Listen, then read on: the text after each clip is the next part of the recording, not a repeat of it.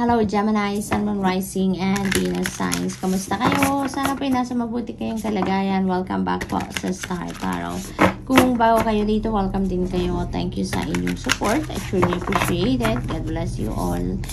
Paunang mensahe ni Gemini ay the blessing and the punishing candle. Ayan. So, ang iba siguro sa inyo dito, Gemini, are seeking balance, seeking harmony sa buhay ninyo, no?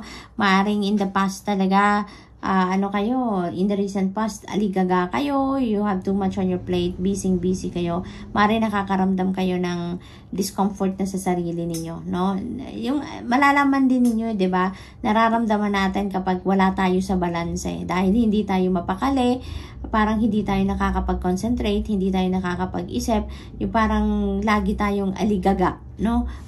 Laging may ginagawa pa tayo, parang sinusundot na tayo sa likod ng isip natin na sige, bilisan mo dahil meron ka pang gagawin, yung parang ganon. So, may mga ganon siguro nararamdaman ng iba sa inyo dito, Gemini, no? Kaya kailangan ninyo na hanapin ang balanse sa sarili ninyo. Ibalik ninyo ang balanse and harmony sa sarili ninyo dito, no? And that is what you are working on, no?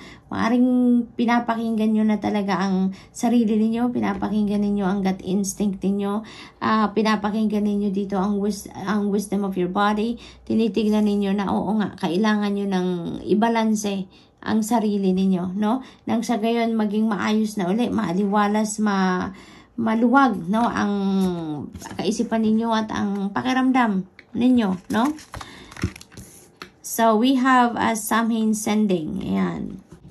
So, maaaring may mga messages dito na parating sa inyo, Gemini. May mga impormasyon kayo ditong marireceive, may mga impormasyon na parating sa inyo dito, may mga makukuha kayo ditong mga detalye, no, about something na mahalaga sa inyo, no? Ganun ang ganap dito for some of you. Maaari din naman na kayo yung magpapadala kayo yung may sasabihin, kayo yung may impormasyon na ipapadala, no? Or sasabihin sa isang tao, maaaring ganun. And then ang ganap dito for some of you, you're going to share some information with other people dito, no? Ganun ang ganap dyan. What else? Was she the one na sulky? Ayan. So, nag-iisip kayo, no? Malalim ang iniisip ni Gemini. Marami kayong iniisip sa ngayon siguro. Maaring, alam mo yun, parang malungkot ang iba sa inyo dito, Gemini. Yun ang napipick up ko. Nagbumuni-muni kayo, malayo ang tingin, no? So, malalim siguro ang iniisip ninyo dito, Gemini, no? Ang iba sa inyo, parang nagmumuni-muni, alam mo yun, nakatingin sa kawalan, yung parang gano'n, parang through and through ang tingin ninyo kasi malayo ang iniisip ninyo, wala naman doon sa tinitignan talaga ninyo, Gemini. You know what? Gemini, kung ano man yung pinagdadaanan sa buhay ngayon, kung ano man yung iniisip ninyong malalim, you know, ask for help, no? Ask for help. Kung hindi kayo makahingi ng tulong sa tao, sa paligid ninyo, ask for help sa divine, no? Dahil ang Panginoon laging nandyan sa atin, yung angels natin, yung guardian angels natin, mga spirit guides, laging nandyan, no? They're just waiting for us, no, to ask for help from them. Kaya kung ano man yung bigat na to na dinaramdam ninyo, kung ano man tong iniisip ninyo, offer it to God, no? Offer it to your angels so that they can come to the rescue. Tutulungan kayo ng Divine Universe dito na mapagaan, no? Ang pinagdadaanan ninyo. Kasi lalahanin ninyo, wala naman problema or challenges sa buhay na binibigay sa atin na hindi natin kayang i-handle. Kaya binibigay sa atin yan for us to learn something, for us to grow, to evolve, no, into the best version of ourselves. Kaya may mga dumadating na mga challenges sa buhay. So, kayang-kaya ninyo yan. Kung ano yung kayang-kaya ninyo yan. But, if you feel like it's too much for you, then ask for help. Diba? Ask for help from the people around you, from God, from your angels, no? Because for sure, gagawin nilang magaan, no, ang inyong problema. Papagaanin nila ng Divine Universe and the rest of your spirit team ang journey ninyo dito, no? So, what else? Gratitude. And so, maybe ang iba din sa inyo dito is being invited to be grateful sa mga blessings na dumadating sa inyo dito, no?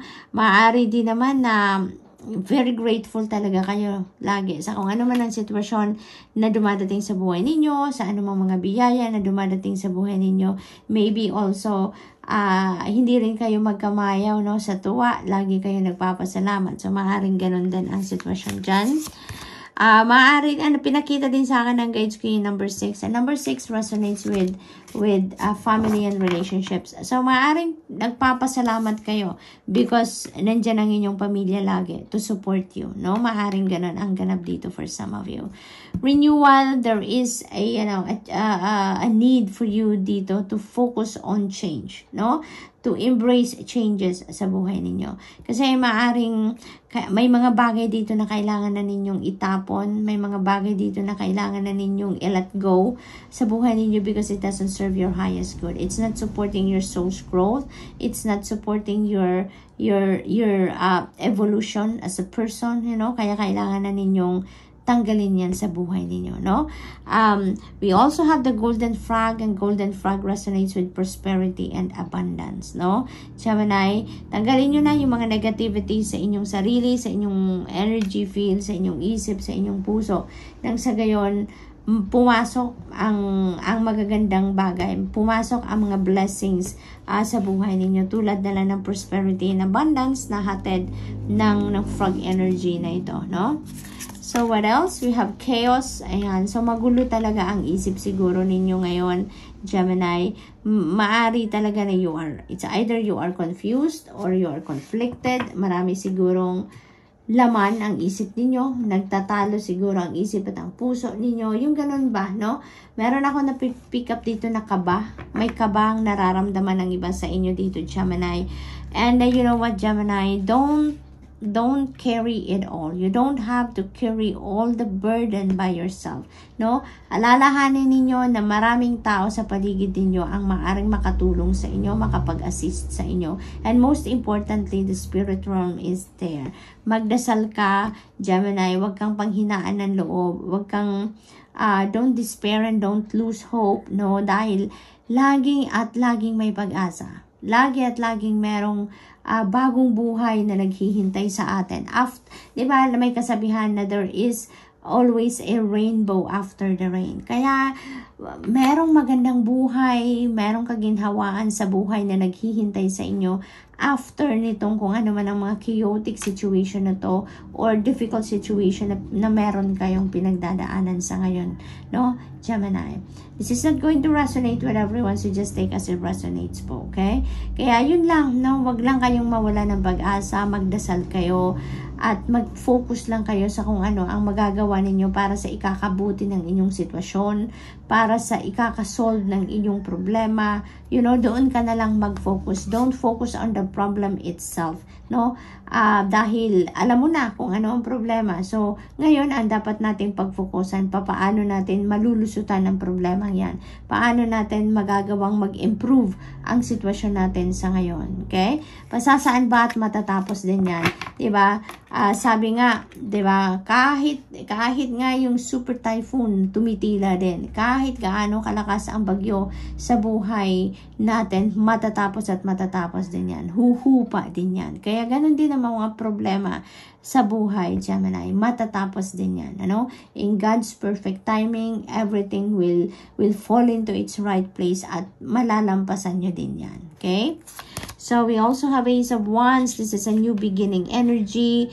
Maaring may mga sitwasyon dito na sisimulan kayo talaga. Bago, no? Bago. That could be related to your job. That could be related to your career, no? Maaring mga bagong opportunity ito pagdating sa trabaho, karera, negosyo na maybe related dito sa inyong mga creativity, no?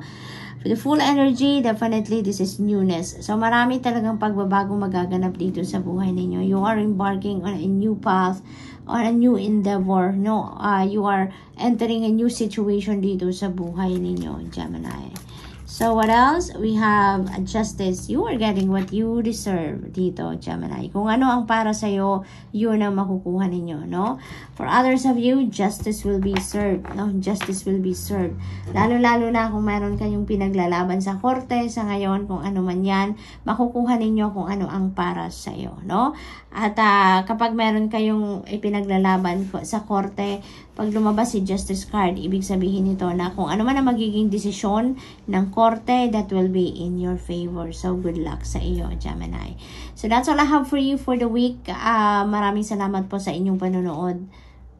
Love and light. Namaste.